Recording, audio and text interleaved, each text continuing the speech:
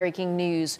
A leaked phone call reveals the same snipers were shooting at both protesters and police in Kiev. RT's Marina Kossova joins us now live with more on this.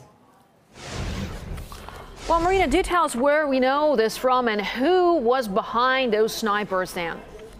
Absolutely. Well, all this information is in fact becoming public after a phone conversation was leaked and is now accessible to everyone who wants to listen in, and it is on YouTube. And that conversation, in fact, is between the EU Foreign Chief Catherine Ashton and also we have the Estonian Foreign Affairs Minister. And Catherine Ashton in that phone conversation is in fact asking him about his impressions of Ukraine, where he just returned from, and he said the picture is looking sad, and more importantly, and it's quite an eye-opener, this one is the fact that snipers were, as you said, Marina, were shooting both at protesters and officials, both sides really. So let's listen into what he had to say. All the evidence shows that people who were killed by snipers from both sides, among policemen and people from the streets, that they were the same snipers killing people from both sides. Well, yeah. So that, and then she also showed me some photos. She said that has medical doctor. She can, say that it is the same handwriting, the same type of bullets, and it's really disturbing that now the new coalition, that they don't want to investigate what exactly happened. So that there is now stronger and stronger understanding that behind snipers it was not Yanukovych, but it was somebody from the new coalition.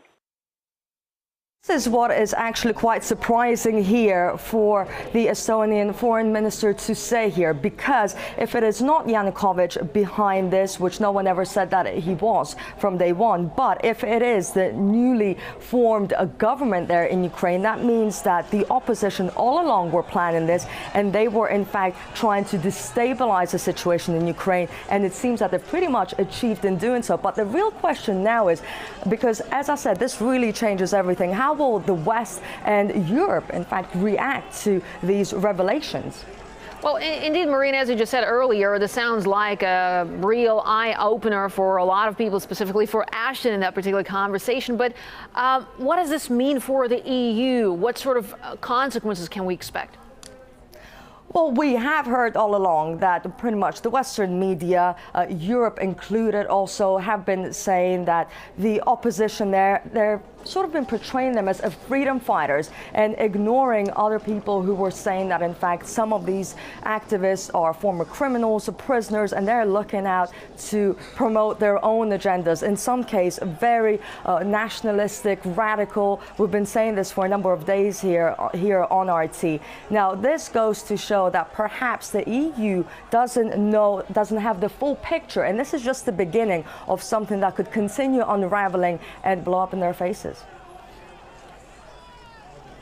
All right, Marina, thank you so much for bringing us this update. And of course, we will be getting more analysis of this breaking news here on RT International.